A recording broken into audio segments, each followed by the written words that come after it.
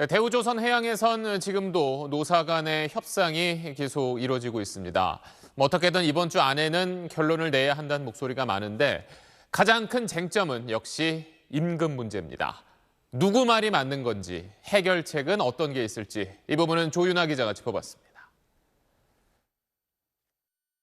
대우조선해양 하청 노동자인 44살 A씨의 근로소득 명세서입니다. 2015년엔 1년 동안 급여를 5천만 원 받았었는데 6년이 지난 작년에 3,400만 원으로 떨어졌습니다. 3분의 1인 1,600만 원이 줄어든 겁니다. 또 다른 하청 노동자 55살 B씨도 2014년엔 5,300만 원을 받았지만 작년엔 3,100만 원으로 40%가 줄었습니다. 임금 삭감은 명확한데 노사 간 해석은 엇갈립니다. 노조는 예전에 상여금이 550%까지 나왔었는데 하청업체들이 이 돈을 줄이면서 월급이 평균 30% 이상 줄었다고 주장합니다. 각종 유해물질 때문에 본사 직원들은 피하는 도색 작업까지 도맡게 됐지만 처우는 더 나빠졌다는 겁니다. 노조에서 하청 노동자로 산다는 것은 지옥과도 마찬가지라고 저는 생각을 하고 있습니다.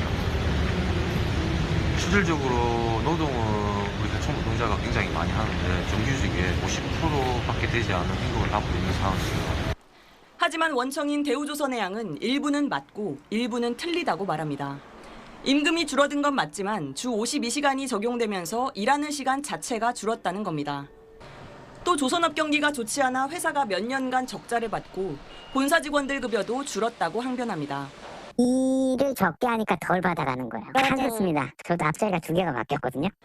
그런데 본사든 하청이든 경기가 안 좋을 때 노동자들이 임금 삭감을 감수했던 만큼 수주가 다시 세계 1위로 오른 지금은 본사가 책임 있는 모습을 보여야 한다는 지적이 나옵니다. 원청에서 인건비를 단가 계약으로 좀 체결해서 그걸로 월급을 인상하거나 월급을 주는 건데 대우해양조선에서 단가 조정을 하지 않는 이상은 사내 하청 업체에서 누가 그 임금을 올릴 수가 있어요?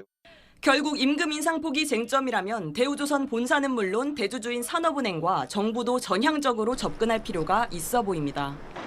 SBS 조윤아입니다.